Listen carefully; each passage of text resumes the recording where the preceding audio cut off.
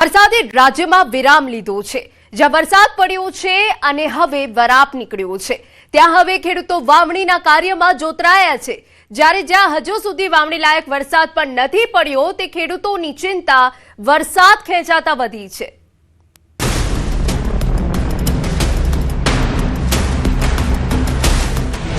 વરસાદે વિરામ લેતા વાવણી શરૂ।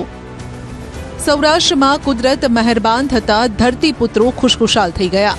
ત્યારે જૂનાગઢ જિલ્લામાં છેલ્લા 3 દિવસથી વરસાદ અહીં નથી વરસી રહ્યો। વરાપ નીકળી છે, જેથી ખેડૂતોએ વાવણીના શ્રી ગણેશ કર્યા છે। ધંધુસર ગામ ખાતે આધુનિક યુગમાં પણ વર્ષો જૂની પરંપરા મુજબ દેશી પદ્ધતિથી એટલે કે બળદ દ્વારા વાવણીની શરૂઆત કરાઈ છે। જાજુ મથે માનવી ત્યારે વીઘો માન પવાય, આ કહેવતની સાથે ખેડૂતો ધરતીપુત્રોએ ખેતી વાવણીની શરૂઆત કરી છે। વરસાદ જૂનાગઢ જિલ્લાની અંદર ક્યાંક નુકસાની તો ક્યાંક ખુશીના સમાચાર આપ્યા છે। ત્યારે જૂનાગઢ તાલુકાના જે ધંધુસર આસપાસના જે ગામો છે ત્યાં હાલ વાવણી શરૂ થઈ છે। વાવણીની શરૂઆતના સમયે ખેડૂતો પોતાના ખેતરમાં પહેલા સાથીઓ કરે છે, બાદમાં સોપારી મૂકી રૂપિયાનો સિક્કો રાખી કંકુ કરી વાવણીના તેઓએ શ્રી ગણેશ કર્યા। જૂનાગઢના ધંધુસર ગામે મગફળી, તુવેર સહિતના પાકનું ખેડૂતો વાવેતર કરી રહ્યા છે।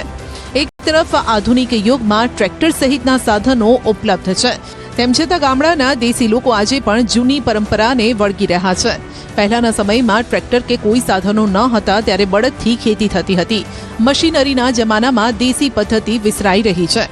આવામાં જૂનાગઢના ખેડૂતોએ પરંપરાને યથાવત રાખી છે, કારણ કે તેનાથી અનેક ફાયદા પણ છે।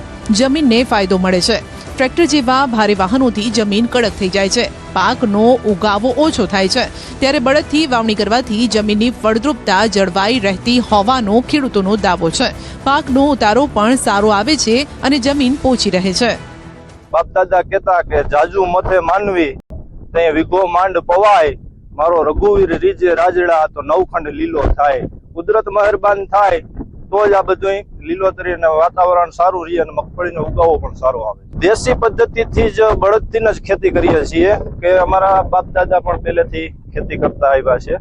અને ટ્રેક્ટરમાં અત્યારે લીલામાં ટોર પડે અને મગફળીનો ઉગાવો ઓછો આવે, ટ્રેક્ટરમાં નુકસાની વધારે થાય અને બળદથી ખેતી કરવામાં ફાયદો વધુ થાય। જમીનમાં ટોર નથી લાગતો અને જમીન કડક નથી થતી। સારામાં સારો થયો, માતાજીની દયાથી અમે વાવણી કરીએ, અમને ઉત્પાદન સારું થાય માતાજી ને 10 વીઘાની માંડવી છે, 10 વીઘાની તુવેર કરવાની એ પદ્ધતિથી દેશી બળદથી વાવણી કરવાની।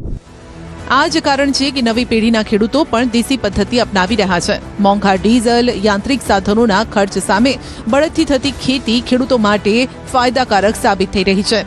આમ પ્રકૃતિ અને પરંપરાના સમન્વય સાથે ધંધુસર ગામના ખેડૂતોએ સાબિત કરી બતાવ્યું છે કે આધુનિક જમાનામાં પણ દેશી પદ્ધતિ શ્રેષ્ઠ છે।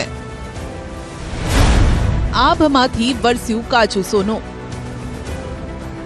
સુરેન્દ્રનગર જિલ્લો ખેતી પર આધારિત જિલ્લો છે। અનેક પરિવારો ખેતી પર નિર્ભર છે। ત્યારે ચાલુ વર્ષે જૂન માસના અંત સુધી વાવણી લાયક વરસાદ ન થતા ખેડૂતો ચિંતામાં સરી પડ્યા હતા, પરંતુ આખરે મેઘરાજાએ સુરેન્દ્રનગર પર હેત વરસાવ્યું અને છેલ્લા અઠવાડિયામાં સારો વરસાદ થયો, જેના કારણે કપાસના વાવેતરને વેગ મળ્યો છે। અત્યાર સુધી જિલ્લામાં 3.50 લાખ હેક્ટર કરતાં વધુ જમીનમાં કપાસ, મગફળી, જુવાર તેમજ અન્ય રોકડિયા પાકનું વાવેતર થયું છે। સારો વરસાદ થતા ખેડૂતો હાલ ખેતી કામમાં લાગેલા છે। 4-5 દિવસ પહેલા જે વરસાદ થયો એ તો એક અમારા માટે એક કાચું સોનું જ છે, પણ આગામી જે 15 દિવસમાં થાય કે 15-20 દિવસમાં તો પણ ચાલે। તો અમને મોટી અપેક્ષા છે કે જે કપાસનું ઉત્પાદન, ખરીફ પાકનું જે બધું છે ઉત્પાદન અમને સારું મળી રહે। જો કે વરસાદ બંધ થયા બાદ હવે ખેડૂતો ખેતરમાં નિંદામણ, દવા છંટકાવ સહિતની કામગીરીમાં પણ જોતરાઈ ગયા છે। જો કે હજુ સુધી સામાન્ય વરસાદ પડ્યો છે, પરંતુ ખેતી માટે ફાયદાકારક હોવાથી ખેડૂતોને પણ આશા બંધાય છે। ખાસ કરીને આ વરસાદથી જિલ્લામાં જે આગોતરું વાવેતર કરનાર ખેડૂતો હતા તેમના પાકને જીવનદાન મળશે। જો વરસાદ સમયસર ન થયો હોત તો વાવેતર પણ નિષ્ફળ જવાની આશંકા હતી। અત્યારે ખાસ કરીને સુરેન્દ્રનગર જિલ્લામાં 3.5 લાખ હેક્ટરનું વાવેતર થયું છે અને ખેડૂતોએ જે આગોતરું વાવેતર કર્યું હતું તે બધું ઉગી ગયું છે સારો વરસાદ થવાથી।